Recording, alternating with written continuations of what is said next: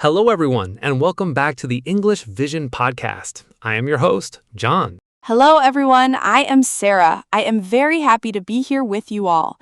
John, today we are talking about a word that scares me a little bit. That word is discipline.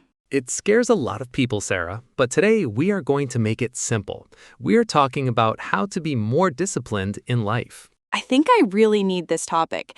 I often hear people say they need more discipline for working, studying, or exercising, but it always sounds so strict. What does it really mean? To understand discipline, we must first compare it to motivation.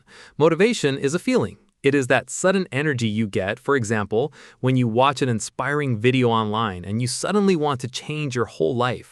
Oh, I know that feeling perfectly. I feel highly motivated on the first day of every new year. I make big goals, but usually by the second week of February, that feeling is completely gone. Exactly. That happens to almost everyone. Motivation is an emotion, and emotions come and go. You cannot control when you feel motivated.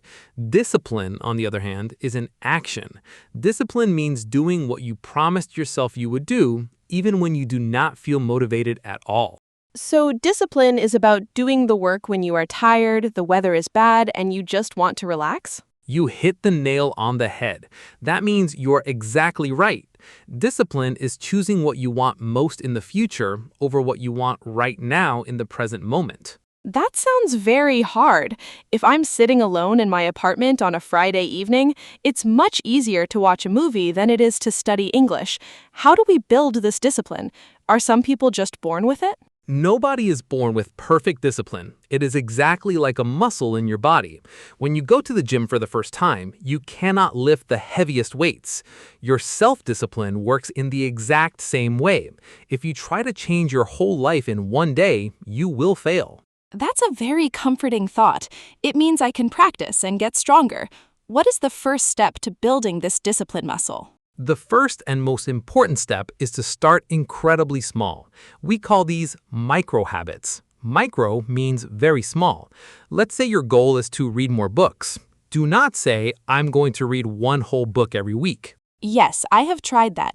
I read for 3 hours on Sunday, and then I was too exhausted to look at a book for a whole month.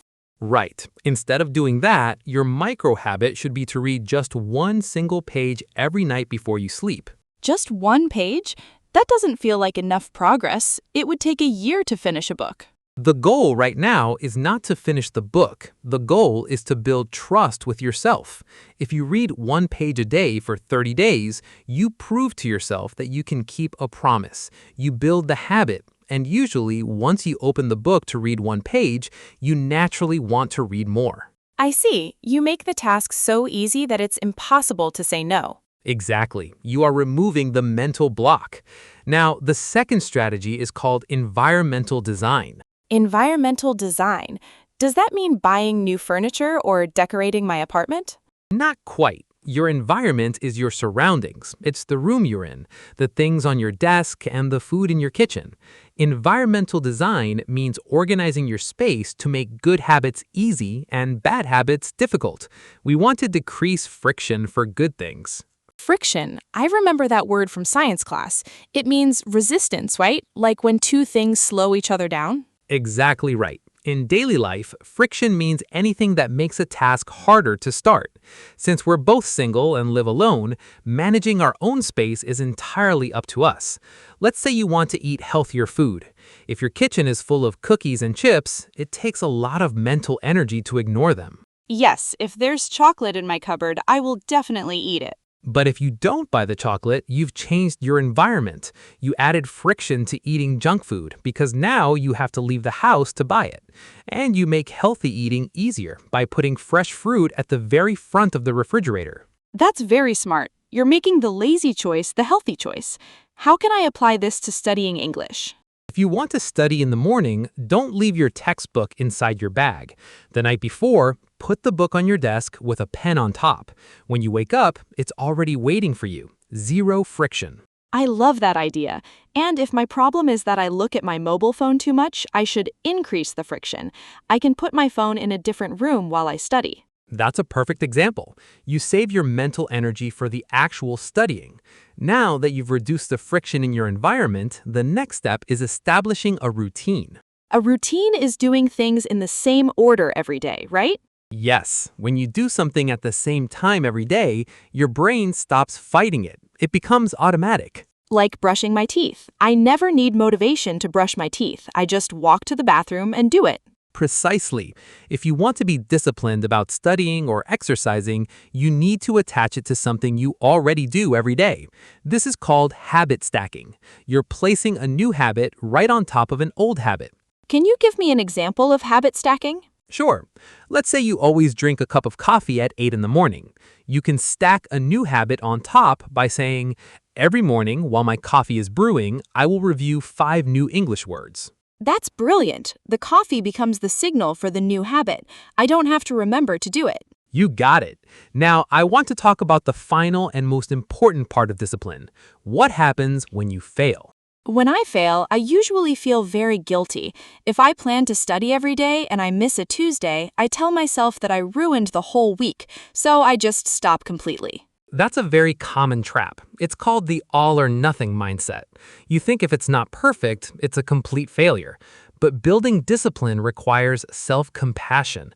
Self-compassion means being kind to yourself when you make a mistake, just like you would to a good friend. Being kind to myself. I always thought discipline meant being very strict and harsh with myself. Being harsh actually hurts your progress. It makes you feel negative and you lose energy. Instead, follow the never miss twice rule. The never miss twice rule. What does that mean? It means missing one day is just a mistake. You were tired or life got busy. Missing one day doesn't destroy your progress, but missing 2 days in a row starts a new bad habit. Ah, I understand. So if I forget to study on Tuesday, I shouldn't panic and feel guilty. I just need to make absolutely sure that I study on Wednesday. Exactly. You forgive yourself quickly and get back on track the very next day. Don't wait for next Monday. Start again immediately. This completely changes how I view discipline. It's a system to help me get what I want, and it allows me to be human and make mistakes. That's a beautiful way to summarize it. Discipline is taking care of your future self. When you study today, you're giving a gift to the Sarah of tomorrow. I really love that perspective. Thank you for explaining this so clearly, John. Starting with micro habits, reducing friction in our environment, stacking our habits, and being kind to ourselves when we miss a day. I think our listeners can start applying these steps today. It has been a wonderful conversation, Sarah. Remember, discipline is built one tiny decision at a time. Thank you all so much for tuning in to the English Vision podcast today. Yes, thank you, everyone. Keep practicing, keep learning, and we'll see you in the next episode.